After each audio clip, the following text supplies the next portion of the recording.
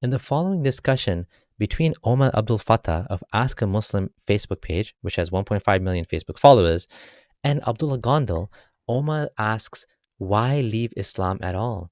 Why not just believe? Just be a Muslim, just in case. Gondal's response was astounding. Let's hear him. If I may make a question to you and every other ex-Muslim out there, and I say this respectfully, and we could continue on and talk about all sorts of things, but my question to you is what does one have to lose from believing in Allah in the last day and just being part of that Muslim community? And I know you can't speak for everybody out there, but maybe you could speak for yourself about Like my experience as in what I went through after leaving Islam? No, just like what do you have to lose? Like somebody for me, because obviously it's not the first time. Like the thought of atheism has obviously come into my head when I was exploring religion and talking about science and all that and studying science.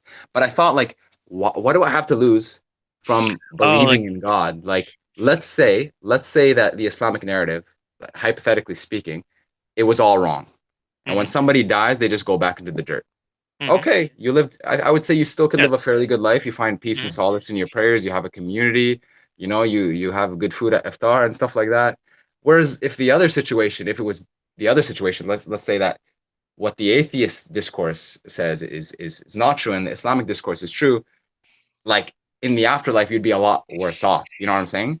So mhm. my question is just like, what is, in your opinion, like, what do you have to lose from becoming a Muslim and Uh, practicing your faith?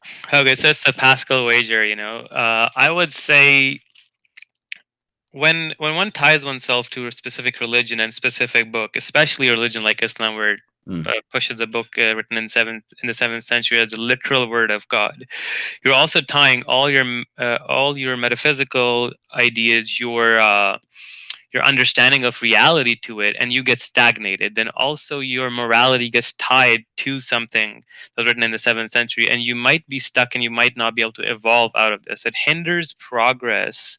I mean, I can give a few examples. Like the application, the Sharia law is like obsolete in our world, in my opinion. mm, Or like for example, like our understanding, let's say, about homosexuality has evolved with science and stuff, and whereas religion would still push them as sinful people, or they should be killed, according to some schools of thought.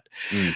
So I think like Yeah. religion can stagnate the human discourse quite a bit by tying us to ideas and beliefs that are firstly have no grounds to be claimed to be objectively true, and it gives you a false sense of objectivity which isn't really there, and it affects all different discourses. Like, I mean, it'll affect like how you, like, for example, like in Pakistan and Turkey, we don't even teach evolution in school because of religious bias and religious beliefs, Mm, right? Because if you actually think of it, there's so much evidence behind it, and like it forms the basis of modern biology.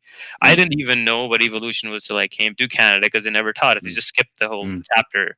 mm. So it will hinder people in ways that they might not realize. And it also, like, for example, if you see the worst countries for treatment of women, out of the last 20, the worst 20, about 18 of them are Muslim majority, right? And then if you also look at the best, or the happiness index in a lot of countries, you notice that the more religious they get, kind of like it also has a correlation with unhappiness, or people not having the best living standards. And I mean, you can say that atheism has no morality and whatnot, but like if you actually look at the statistics, the crime rate is much much lower in, let's say, the Scandinavian countries or Japan or Singapore, with the Mm. less religiosity too. And there's a lot of these correlations. Obviously, some of them are not objective, Mm. or there's other Yeah, I factors mean, like political, mm, economical, blah blah. Because you can say that back in the 13th, 14th century, where the Islamic Golden Age was going on, it was a center and hub of science. mm, And then there's other arguments which say that they suddenly stopped progressing because certain theologians like Ghazali and some other people came up with some interpretations or opinions about, let's say, mathematics, playing with mm. numbers, or certain sciences being the work of shaitan and stuff, right? Um, I mean, I would say, like, I like to know what's true. I care about Yeah, intellectual honesty and of intellectual course. discourse, and that's, Yeah, I would rather be honest with myself than tie myself to an ideology and then have no reflexivity left. yeah. I mean, I see that. I find like I take a slightly different perspective in the sense that I see our just an example, like our Western notions of right and wrong and what's legal and illegal as constantly in flux, constantly changing. And in my opinion, the Quran holds us back to that one objective truth. And that doesn't mean that you can't explore other things or you can't learn about other things, because the Quran directs you to explore and to explore the world and see the demise, I guess, of the people before you, and to reflect on the creation of the universe and all these things.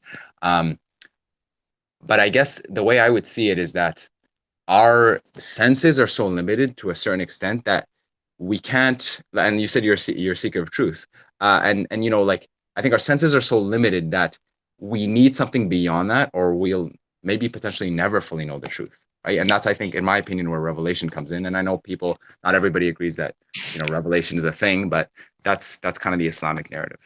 Thanks for watching this clip. If you like this content, please consider supporting the channel. I have about 30 monthly supporters and I would like to get this number to at least 100. This will help me spend more time on this project. Details are below. Thank you so much. This is Abdullah Samir signing out.